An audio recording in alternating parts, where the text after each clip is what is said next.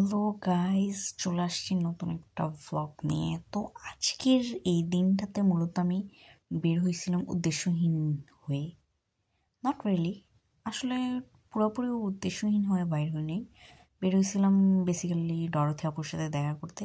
যেহেতু আমি মুভ করতেছি সিডনি থেকে, সো আমি ভাবলাম যে সিডনি থেকে মুভ করার আগে ডরথি আপুর সাথে একটা মিট আপ করা দরকার। সো ইয়া, ওই বরঙ্গারুতে যাওয়ার পর মানে ওই দিন দেখা হওয়ার পরে আর আপুর সাথে আমার দেখাই হয়নি। So I thought I should meet হার।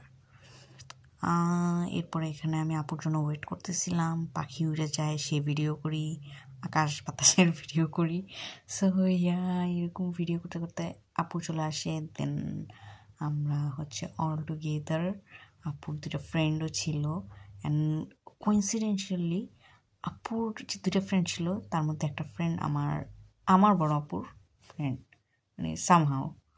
আর যেটা আমি জানতাম না, মানে আগের দিনও দেখা করছিলাম, তখনও আমি মানে জানি নাই যে ভাইয়া আমার আপুর ফ্রেন্ড অ্যান্ড মানে somehow mutual. What a coincidence. যাই হোক, তো এবার আমরা গেছিলাম রকে।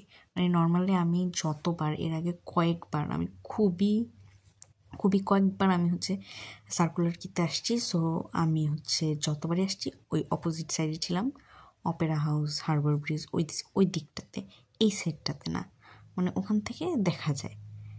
ওটারে কী বলা, আমি জায়গার নামও জানি না। অপেরা হাউসের সামনে বেসিক্যালি। আর এই জায়গাটা দ্য রক। তো এই রকের এখানে আমি আসলাম আপুর সাথে। তো এখান থেকে অপেরা হাউস, হারবার ব্রিজের ভিউটা ডিফারেন্ট ছিল। দেন আমরা হাঁটতে হাঁটতে ফাইন্ড আউট করি এই জায়গাটা।